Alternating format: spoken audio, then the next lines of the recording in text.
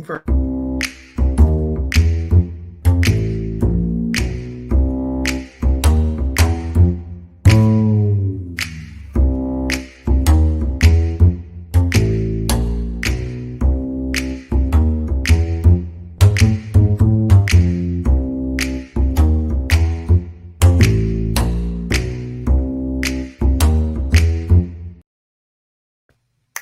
that is very cool music. I'm Cheryl Yeah, Head. Isn't that cool? that was very cool. I love that. I write the Charlie Mack Motown Mystery Series, and I am really happy to be in conversation today with Wanda Morris, who has this fabulous new debut book that just came out this month. Yeah, It came out on the 2nd. on the second. So it's a Mhm. brand new baby. It's a week. And it's just a wonderful read. I love the book. It's really rich in its complexity around issues and themes. And we're going to talk about as many as we can today, Mhm. Wanda, in our 15 to 20 minutes. But I have a first question for you, and it is asked with admiration and a bit of facetiousness. Mhm. What's it like to be an overnight success? All right, so you came loaded for bear. Yes, my overnight success that only took 13 years. It feels amazing in all seriousness. This has been an incredible journey, of course, paved with lots of tears and a Mhm. ton of rejection, but to get to this point has been, man, I don't have words to articulate it. It really is. It has been a great, great launch, and people have responded so positively to the Oh, books. it's an amazing, amazing debut launch. And you all the work you put in and all the years really pays off because you've got a great, great start to your fiction writing career. So I'm going Yes. to jump right into it. What I'm most blown away by this book is the authenticity and um, um, deep knowledge you have of Black culture and Black life, and it's really apparent in both your timelines because this is a dual narrative, Mhm. but your settings in Atlanta and also in rural Georgia are just so rich and vibrant and descriptive. I really love them. Oh, thank you. Thank you very much. Yeah. While I was not born here in Georgia, I have lived here for decades now. I moved here after school and, excuse me, and I met my husband here. He's a native of Georgia and, raising my kids here. So I have some very deep ties. All my in-laws, like, are right around the corner and such. So I have very deep ties, and I have always found Atlanta in particular. It's fascinating. It's an enigma Hmm. because you will have, you know, Confederate statues posted right down the street from, Ebenezer Baptist Church, Right. where Dr. King preached, or Stone Mountain, where there is a carving of Confederate soldiers, which sits right down the road from John Lewis Parkway. So you have these two eh, I would say these two hallmarks of kind of what America has been in our Mhm. history Mhm. with Blacks and African Americans, and it sits right next to, side by side, and it's just an interesting kind of combination. So I felt compelled to bring that into the story, if you will. Yeah, yeah. There's So lots of yes, dichotomy. I tried to do that a lot with the Atlanta scenes. Yeah, there's a lots of dichotomy in the story now that you mention it. But Mhm. in the rural setting, Chillicothe, Georgia, is that an actual city? No, it is a fictional I city. could not find it on the map. I'm going like she made that up. It is a fictional city, but it is based very loosely on a small town that I'm familiar with here. I Right. won't name it because not everybody. I don't want to seem to be disparaging the city, Mhm, mhm. but it's one of those small towns that, they kind of stayed unto themselves. And, you know, at a certain point, whites were where they were, and, blacks just left them to it, and they stayed where they were. And that was kind of how the town ran. So it's a fictional city, but Mhm. I don't think it's unlike a lot of small It's not. southern rural It's town. not. It rang so true for all I know about the rural South, Yeah.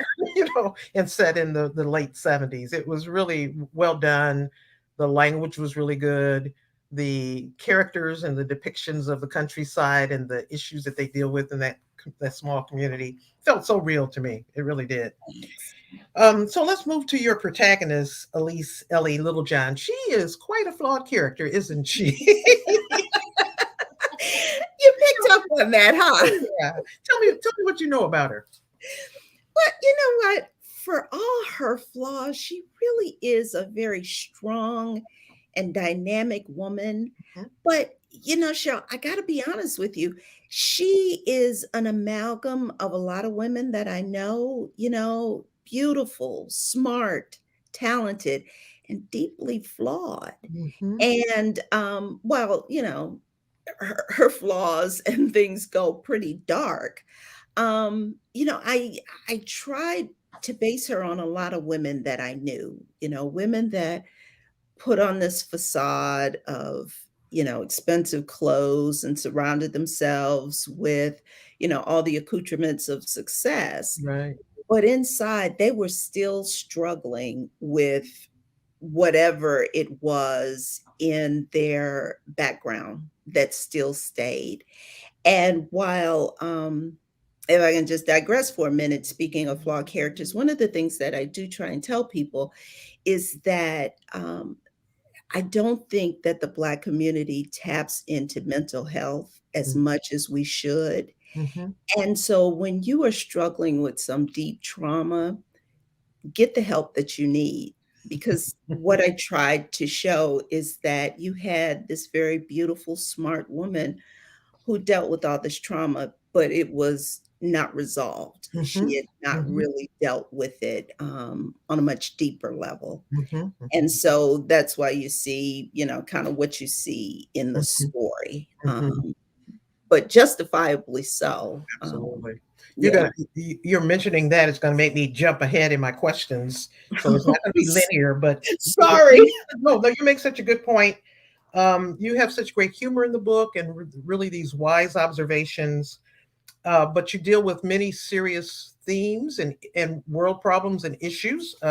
Just to name a few: diversity hiring, corporate misdeeds, family dysfunction, the toll of systemic racism on Black folks. Um, as a Black female author who's also an attorney and a wife and a mother and who has broad life experience, do you think you could write a novel without that kind of intersectionality of ideas and issues? I could not. Here's the thing, Cheryl. Someone asked me recently, you have a lot of really tough themes in the book. Did you, intentionally set out that you were going to cover, this Yeah. theme, and this theme? And I said, no. What I did is I set out to write a book about one Black female's experience in Mhm. corporate America. Mhm.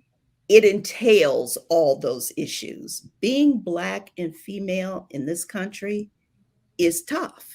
It is tough. And it's tough whether you are in a corporate setting or you're in a service industry or what have you. And so what I did is I set out to write this woman's story, Mhm. but her story encompasses so much more Mhm. than just being a lawyer. It's going into a store. It is, I love that scene. having, exactly, having a brother who is caught up in the system. It's all of those things. And so that's how the intersectionality comes in. Mhm. It's just, an outgrowth of being Black and female. Mhm. And I think you do it so well. You weave it together so well. And sometimes you just glance at one of those issues or themes, but it's there. And as a Black woman reading it, I thought, wow, she gets it. Wow, she gets it. Wow, she gets it. I just kept thinking that all the way through. Um, you have some very interesting secondary and tertiary characters in addition to Elise. Who was your favorite one to write? Oh gosh, it's like asking Cheryl. That's like asking me who's my favorite child. I mean, I loved a lot of the characters, even some of the bad ones. Okay. But I guess if I were forced, I'd have to say Vera.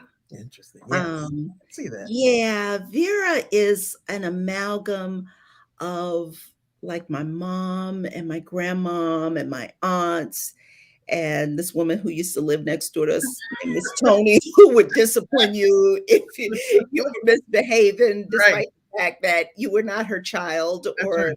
blood relation. But I wanted to put in this character who wasn't just like a mentor to Elise, but she was like a guiding figure to her. Because when you read the book, you discover that much of Elise's success comes as a result of this woman, Yes. who is like her guardian angel, so to Right. speak. And so I really like her. I I really like Juice. And I like Juice too. Yeah. yeah, interesting story about Juice. Juice was supposed to be just like a secondary character who would like disappear after, one scene. Like I had envisioned him as just like coming around with Elise's brother, or Yep. they'd have some brief conversation. That would Yep. be it.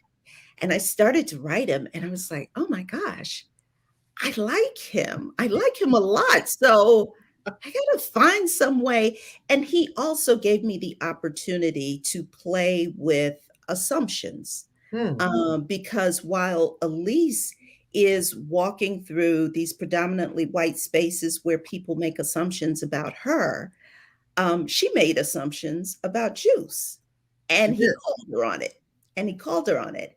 And I thought, yeah, I could do a lot with him because so many times we kind of into our own thing and you make assumptions about somebody without knowing anything about them. And I like the fact that he called on her. It's so funny because I get a lot of people who tell me, oh gosh, I love Juice. Like I have a Mhm. crush on Juice. Yeah, he seems like a nice young man. He really does. But there were so many characters in your book who were intriguing to me. Um, Willow, the HR director, girl. Um, uh, Rudy, her co-worker, even Anita, the secretary. I mean, so there were, I remember them and their quirkiness, but they're also their caring and their empathy. You really build three-dimensional characters so well. Thank you. Thank you so much. Nearly every woman in the story really is on a journey of her Oh, own. When you look at, ah, people like Willow, because yeah, Willow is also trying to navigate right. this space. I didn't know if I wanted to hate her, and then she would do something okay, and then I would go, okay. Hmm. Exactly, exactly. And you got Grace, Yeah, who is in this marriage right, where you see her trying to find her own, kind of way in it. And so all the women are kind of, even Martha, who is Elise's mother, right. Yeah, sad that complicated it character. is, but Yes, yeah, very, very complicated yes, character. yes, yes. And that's when I think about how you interweave the notions of systemic racism and how it affects Exactly. people and Black people in general, and how can they not have some of this dysfunction? Exactly. Yeah, Exactly. yeah. That's exactly what I was going for. Yeah. So the dual narrative thing is interesting. So I'm writing a book that'll be out in 2023 has the dual narrative. Mhm. Find that you like what writing one narrative more than the other? Mm. I can't say that I liked one more than the other. What I was trying to do with the dual narratives was one to open up Elisa's backstory, of Yeah. course. Yeah. But I also used it as a literary device so that you kind of had this pound pace of the story. And I wanted to give the readers a break, kind of a breather. So And so I kind of slowed things down because in those interstitial pages with the dual timeline, you find that things are a little slower. Now, that timeline also has a mystery encompassed within it Yes. as well. So you're still kind of in figuring out the puzzle. But nonetheless, I kind of wanted to give readers a sense of the emotion of the story. Like, Mm-hmm. Mm-hmm. why are we seeing a woman who acts and behaves the way she behaves? And so in order to do that, I had to open up that Mm-hmm. timeline and Mm-hmm. show that. Mm-hmm. And I wanted to pick a period in time where she shows this real strength, like Yeah. what the things that she does and the things that she goes through.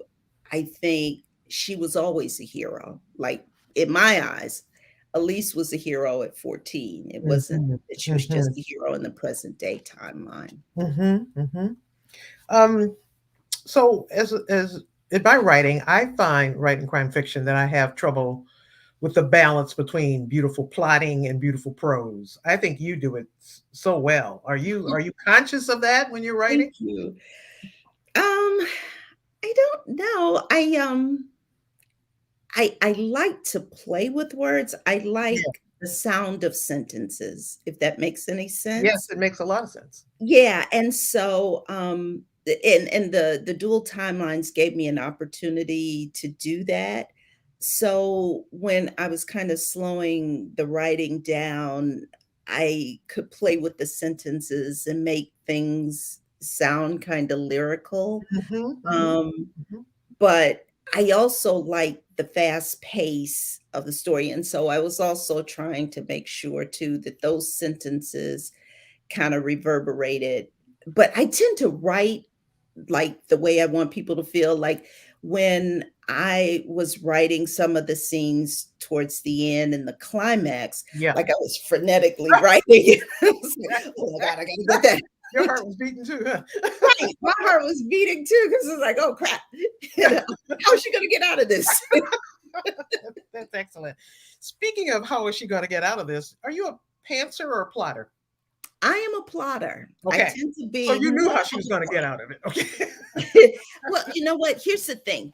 I'm a plotter, but I don't know how the end will come out. Oh, So, interesting. like, Okay. even Mhm. with the book that I just finished up, my second book, Yeah. I didn't know how it was going to end. So, I plot out probably, and when I say plot, it's not like a Jeffrey Deaver 250-page plot. We're talking like, 4 or 5 pages where I jot down a few bullet points on Okay. some of the major scenes. Okay. But I never know how the book is going to end. And you might find this interesting. We share an agent, Yeah. Lori Shout out Galvin. to Lori. Yay. Yes, yay! I adore Lori. Me too. Well, when she signed me on, she told me, she's like, "Oh, I love this book. I just love this book. But I think you need to change the back half." And I was just like, "What?" Right? Lori is like a therapist, I have found. Yeah. She really is. She really is, but she has such a keen eye A for good eye. A manuscript. good eye. Oh my gosh. Yeah. And she was right. So I kind of stood back and I was like, "Ah, what?" But when I looked at it, I was like, yeah, she's right. She's like, I think you need something fresher. So the Mhm, ending that I mhm, had mhm. That's originally, really interesting. she was right. It wasn't fresh. It had been done before, it had been seen before. Okay. And so I didn't know how I was going to end this book. So yeah, I was writing like along with everything that was going on in the story. I was like, boom, boom, boom, boom, boom, boom. I wonder how this is gonna end. Right. How's she gonna get out of this? Where's That's she going, fabulous. girl? Where are you going? And that makes it fun too. I think I'm looking at our time, so I have this last question I really want to ask you. It's about the secrets. All her little secrets is the title of this thing, and I want to talk about what your observations might be about the agency of secrets and the power that comes when you release them. Mm, Yeah, what were you after there? Because been thinking about the secrets of omission, not necessarily a mm, lie or something hidden, but you omit the truth. Like this mhm. whole critical race theory brouhaha. Yeah. You're admitting the truth about our history. What is the result of that? What kind of agency do those kinds of secrets hold? That is a really interesting question. And I love how you relate it to critical race theory. I had never thought about that until till you said that. But for me, when I went into this book, um, I think that there is something that is very intimate about a secret, particularly one that you share with someone that you probably shouldn't be holding a secret with. And it's not a spoiler to say this, but Elise was having an affair with her boss. Hmm. And that's like I said, it's not a spoiler, it's on page 2, but the fact that you have, something that you're sharing that, is perhaps a little salacious, Hmm. I think is very intriguing, and And things that you're people not revealing. I mean, exactly, she was that you're really not hiding in plain sight around a lot of things. exactly, or even, how she hides some of the other secrets that she has in her Absolutely. life from people that purportedly she's very close to. I Interesting. think that it kind of gave her a bit of power, if that even makes sense, Hmm. that she felt like I'm in control. This is something I'm in control of Hmm. because she grew up in this background where things were not in control. Hmm. That Hmm. there were things going on around her and this horror going on around her where she felt like she didn't have control. And so, in a way, the secrets and her revealing whatever she wanted to reveal of herself was Hmm. her way of saying, I have this control. I have some power. I Mhm. have some power. Yeah, yeah. So we're winding down. This has been fabulous talking to you about that. We have to go to Bauchicon drink and talk about this for hours. Okay. All Yes, right. indeed. But Indeed. meanwhile, I want to ask you where people can find you. What's your social media handles? Absolutely. So my website is wandamorriswrites.com, and I'm on all the social. I'm on Facebook, Wanda Morris Writer. I'm on Twitter, WandaMo14, and I'm on Instagram, Wanda Mo Yeah, Writes. So I love yeah, it. I you love can it. find me. The Mo is a nod to my father. It was Oh, his that's excellent. nickname. That's Yeah, excellent. So yeah. nice to have a chance to talk to you, Wanda, this You too. afternoon and live. Thank you for joining us and getting a little peek into this fabulous book. I highly recommend it. You'll enjoy the read. I was reading it in fits and starts for a few days, and then I put it down, and then the characters were going like, "Hello, hello, come back," and I wanted to come back. It really is a non put downable book. Thank Wanda you. Morris, thank you very much. Thank you.